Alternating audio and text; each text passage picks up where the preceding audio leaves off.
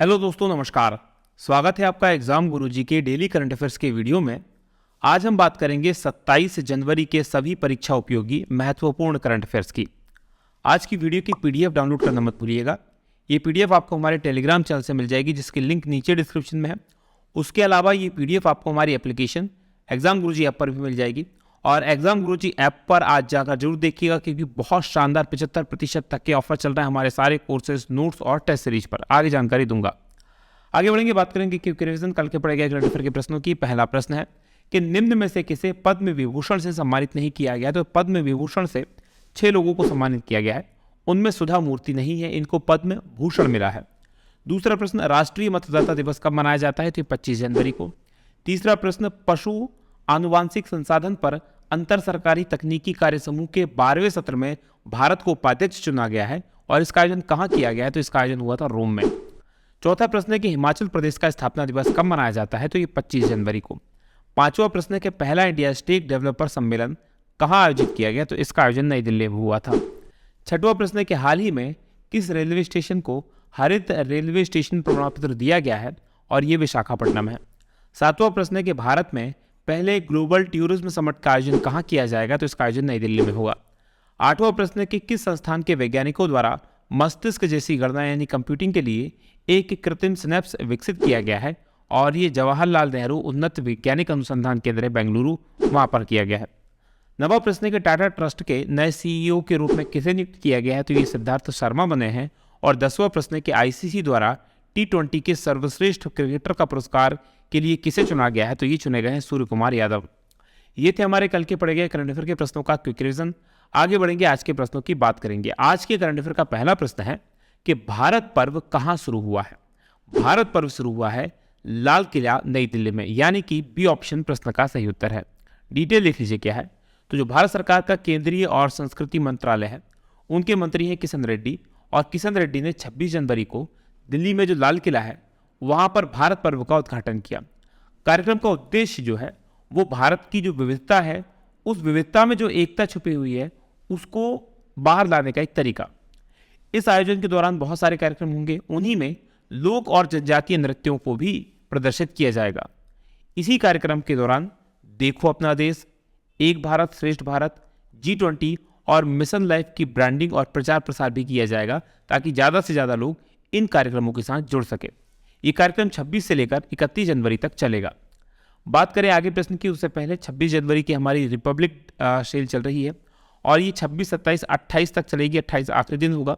तो अभी तक अगर आपने कोई कोर्स नोट्स टेस्ट सीरीज नहीं ली तो आप ले सकते हैं। MPPSC की टेस्ट सीरीज जो 499 की थी वो केवल 399 में अवेलेबल है।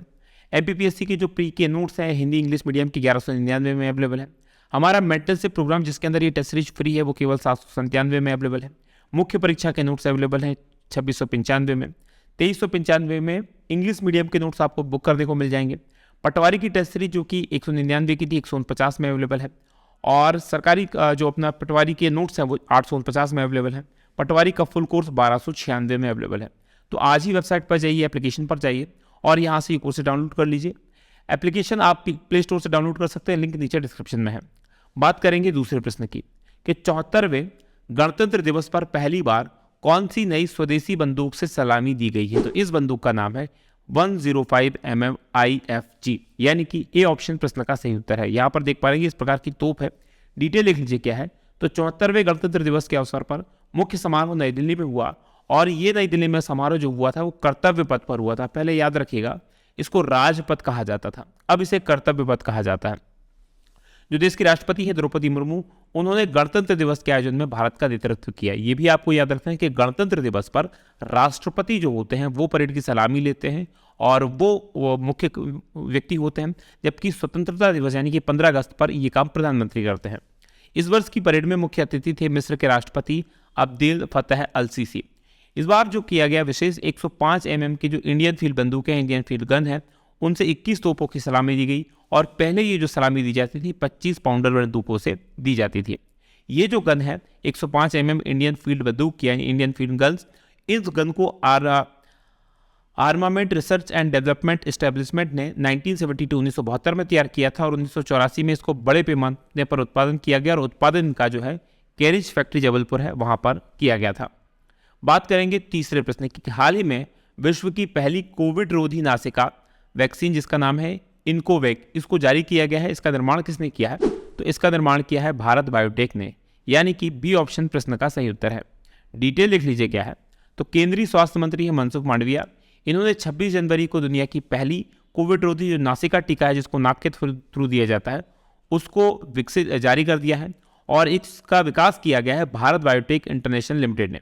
बायोटेक्नोलॉजी इंडस्ट्री रिसर्च असाइनमेंट के सहयोग से इस टीके को दोनों कंपनियों ने बनाया है और भारत और राज्य सरकारों के लिए इस टीके की जो कीमत रखी गई है 325 रुपये प्रति टीका रखी गई है। बात करेंगे चौथे प्रश्न की कि संयुक्त राष्ट्र ने 2023 में भारत की वृद्धि दर कितने प्रतिशत रहने का अनुमान लगाया है? और ये अनुमान लगाया है 5.8%, यानी कि सी ऑप्शन प्रश्न का सही उत्तर है। अब इसकी डिटेल देखते क्या है। तो संयुक्त राष्ट्र ने अपनी एक रिपोर्ट जारी की है और इस रिपोर्ट का नाम है विश्व आर्थिक परिस्थिति एवं संभावनाएं, WESP 2023 के नाम से। इस रिपोर्ट में कहा गया है कि जो वैश्विक सकल घरेलू उत्पाद यानी जीडीपी की जो वृद्धि दर रहेगी वो 1.9% रहने का अनुमान लगाया है। कारण क्या है? कोविड है, रूस और यूक्रेन का जो युद्ध है, उन सब कारणों से ये जीडीपी का जो वृद्धि है वो बहुत कम बढ़ेगी। भारत की बात करें तो भारत के लिए अनुमान में कहा गया है कि 2023 में 5.8% के साथ मजबूत रहने की उम्मीद है, यानी कि भारत की जो वृद्धि दर रहेगी वो ठीक ठाक रहेगी। 2022 में अनुमान ज़्यादा था। 2022 में अनुमान लगाया गया था कि 23 में भारत की 6.4% की तुलना की गई थी, लेकिन अब ये थोड़ा सा कम है। इसके अलावा दक्षिण एशिया की बात करें तो दक्षिण एशिया की जो आर्थिक वृद्धि दर होगी वो 2023 में 4.8% रहेगी और 2022 में ये 5.6% थी। चाइना की बात करें तो चाइना की वृद्धि दर 2022 के 3% के मुकाबले इस बार बढ़ जाएगी और बढ़कर 4.8% रहने का अनुमान लगाया गया है। बात करें संयुक्त राष्ट्र संघ की, इसकी स्थापना हुई थी 24 अक्टूबर 1945 को। मुख्यालय इसका न्यूयॉर्क शहर में जो कि अमेरिका में है। इसके महासचिव एंटोनियो गुटेरस हैं और सदस्य इसके देश हैं 193। 6 आधिकारिक भाषाएं हैं, अंग्रेजी, अरबी, चीनी, फ्रांसीसी, रूसी और स्पेनिश। बात करेंगे पांचवें प्रश्न की। वायुसेना किस देश की सीमा के पास पूर्वी आकाश अभ्यास करेगी? और ये जो अभ्यास किया जाएगा चाइना की सीमा के पास में उत्तर पूर्व में किया जाएगा, यानी कि ए ऑप्शन प्रश्न का सही उत्तर है। डिटेल देख लीजिए क्या है। तो जो भारत की वायुसेना है वो पूर्वी वायु कमान फरवरी के पहले सप्ताह में चीन की सीमा पर एक वार्षिक कमांड स्तरीय अभ्यास जिसका नाम है पूर्वी आकाश, इसका आयोजित किया जाएगा। और ये जो अभ्यास है कोरोना महामारी के कारण 2 साल से नहीं हो पाया था, 2 साल के बाद में इसका आयोजन किया जा रहा है। इसमें इस कमान के जो पूर्वी सेना कमान है, हमारी पूर्वी वायु कमान, इसके लड़ाकू विमान, हेलीकॉप्टर और परिवहन विमान जो है इसमें भाग लेंगे। जो वास्तविक नियंत्रण रेखा है जिसको LAC line of actual control कहा जाता है, उसके पूर्वी क्षेत्र मतलब जिसको मेकमोहन रेखा के नाम से जाना जाता है, अरुणाचल प्रदेश के पास में, उसमें तनाव लगातार चलता रहता है। इसी के बीच अरुणाचल प्रदेश, असम और अन्य जो पूर्वोत्तर राज्य हैं उनमें ये सेना अभ्यास किया जाएगा, तो ये बहुत महत्वपूर्ण हो जाता है। बात करें भारत की वायुसेना की तो इसकी स्थापना हुई थी 8 अक्टूबर 1932 को और इसका आदर्श वाक्य है नभः स्पर्शम दीप्तम और वायुसेना प्रमुख हैं जनरल चीफ मार्शल विवेक राम चौधरी। बात करेंगे छठवें प्रश्न की कि संयुक्त राष्ट्र महासभा ने अध्यक्ष का नाम क्या है जो 29 से लेकर 31 जनवरी के बीच में भारत की यात्रा पर रहेंगे? और इनका नाम है साबा कारोसी, यानी कि डी ऑप्शन प्रश्न का सही उत्तर है। डिटेल लिख लीजिए क्या है। तो संयुक्त राष्ट्र महासभा के जो अध्यक्ष वर्तमान में साबा कारोसी, ये 29 से लेकर 31 जनवरी तक जो भारत की आधिकारिक यात्रा पर आएंगे। यात्रा के दौरान वो नीति आयोग के प्रमुख से नीति आयोग के काम को भी देखेंगे। इसके अलावा जो भारत के वैज्ञानिक हैं और शिक्षाविद हैं उनके साथ भी उनकी बातचीत होगी। महासभा के अध्यक्ष जो दिल्ली में भारत के जो विदेश मंत्री हैं डॉक्टर S जयशंकर, उनके साथ भी इनकी मुलाकात होनी है। बात संयुक्त राष्ट्र महासभा की करें तो संयुक्त राष्ट्र के जो 6 अंग हैं उनमें से ये सबसे महत्वपूर्ण अंग है। सर्वांगीण सभा का मतलब है कि जितने भी 193 सदस्य देश है उन सबको इसमें इक्वल राइट है, सभी को बराबर वोटिंग का अधिकार है, ये आपको याद रखना है। अच्छा, ये जो व्यक्ति आपको दिखाई दे रहे हैं साबा कारोसी, ये हंगरी जो कि एक यूरोपियन कंट्री है, हंगरी के राजनयिक हैं, वहाँ के राजनयिक हैं और ये इस बार क्या बने हैं? अध्यक्ष बने हैं। बात करेंगे 7वें प्रश्न की। भारत की प्रसार भारती और किस देश के बीच एक दूसरे के जो कार्यक्रम हैं उनको अपने यहाँ टीवी और रेडियो पर प्रसारित करने के लिए एक समझौता हुआ है और ये हुआ है भारत और मिस्र के बीच में, यानी कि सी ऑप्शन प्रश्न का सही उत्तर है। डिटेल लिख लीजिए क्या है। तो जो केंद्रीय सूचना और प्रसारण मंत्री हैं भारत सरकार के अनुराग ठाकुर और जो मिस्र के विदेश मंत्री हैं समीह हसन शोकरी, यहाँ पर आप देख पाएंगे इन दोनों के बीच में जो सामग्री विनिमय है, यानी एक दूसरे की जो सामग्री है, जो कार्यक्रम है, उसके अलावा क्षमता निर्माण, एक दूसरे की क्षमता को कैसे और बढ़ाएं और साथ मिलकर उत्पादन को कैसे बढ़ाएं, इन्हीं क्षेत्रों पर कुछ जो है समझौते हुए हैं।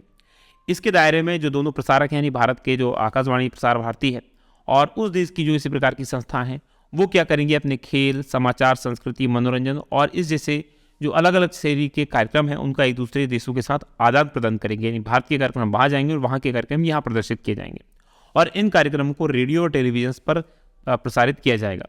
और ये जो करार है वो 3 साल के लिए किया गया है। आपको पता है अभी जो वहाँ के राष्ट्रपति हैं अब्दुल फतेह अल सीसी, वो भारत की यात्रा पर आए हुए हैं। जो 26 जनवरी का हमारा गणतंत्र दिवस समारोह था उसमें वो मुख्य अतिथि भी थे।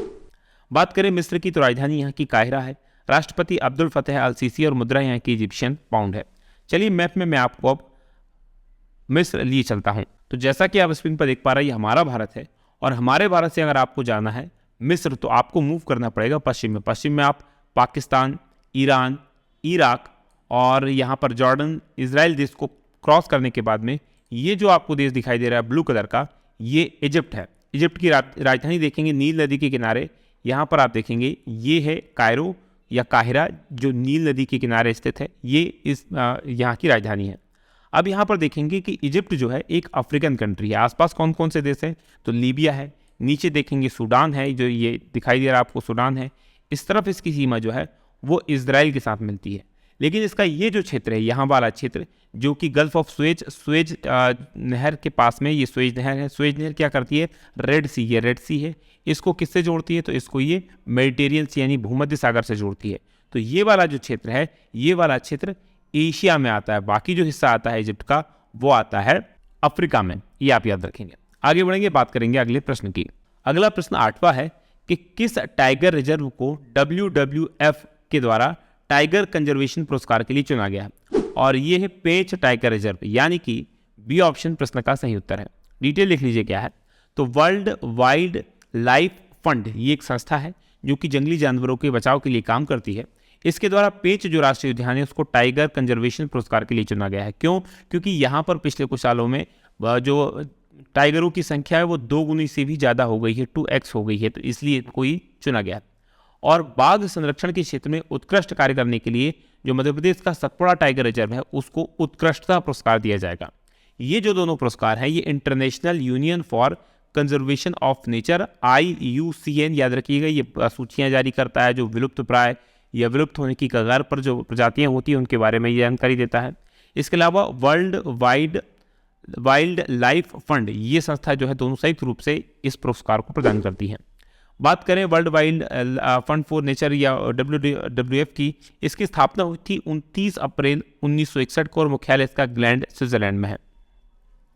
बात करेंगे अब हम 9वें प्रश्न की कि 2023 में होने वाला परीक्षा पर चर्चा कार्यक्रम, प्रधानमंत्री जी का ये विशेष कार्यक्रम है, ये इस बार का कौन सा संस्करण है, तो ये 6वां संस्करण है। इसकी शुरुआत 2018 में की गई थी और ये 6वीं बार इसका आयोजन किया जा रहा है।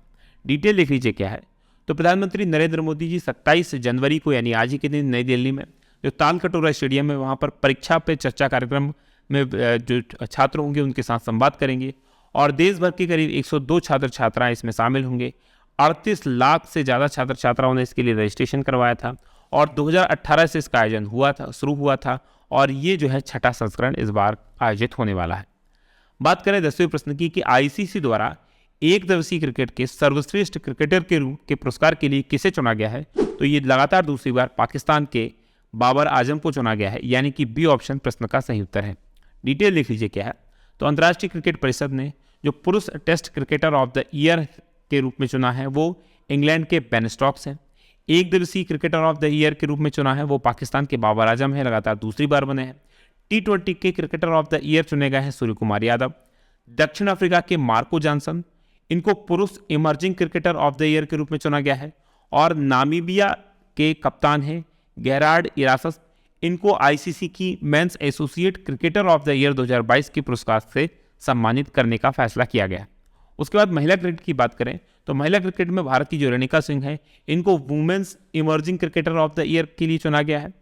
एक दिवसीय क्रिकेटर ऑफ द ईयर में इंग्लैंड की नेट साइवर को चुना गया है और T20 cricketer of the year के लिए ऑस्ट्रेलिया की तहलिया मैगरा को चुना गया है। ये था आज का हमारा करंट अफेयर का पूरा वीडियो। आपको कैसा लगा कमेंट करके जरूर बताइए। अब बात करेंगे हम कल के सवाल की। कल मैंने आपसे प्रश्न पूछा था कि किस भारतीय संस्थान द्वारा मोबाइल ऑपरेटिंग सिस्टम भरोस विकसित किया गया है या भारत ओएस विकसित किया गया है, और इसको विकसित किया गया है आईआईटी मद्रास के द्वारा, यानी सी ऑप्शन सही है। आप में से बहुत सारे लोगों ने इस प्रश्न का सही उत्तर दिया और जो उनमें से शानदार जवाब रहे हैं वो मैं आपको बताना चाहता हूँ। एक है क्यू सारा सारा करके, एक इनका चैनल का नाम है, इन्होंने काफ़ी अच्छे से इसका उत्तर दिया है। इसके अलावा शमशेर पटेल, ज्योति यादव और डॉक्टर लोकेश पाटीदार। तो आप सभी को बहुत बहुत बधाई। और आप भी चाहते हैं आपका नाम इस प्रकार से यहाँ पर आए तो वीडियो के अंत में जो प्रश्न पूछा जाता है उसका उत्तर कमेंट बॉक्स में जरूर दीजिएगा। आज का हमारा प्रश्न है कि हाल ही में क्रिस हिपकिंस को किस देश के नए प्रधानमंत्री के रूप में घोषित किया गया है, और ये जो बने हैं किस देश के बने हैं, कमेंट करके बताइएगा। आज की बात करेंगे यही समाप्त। आप लोगों का बहुत बहुत धन्यवाद। जय हिंद, जय भारत।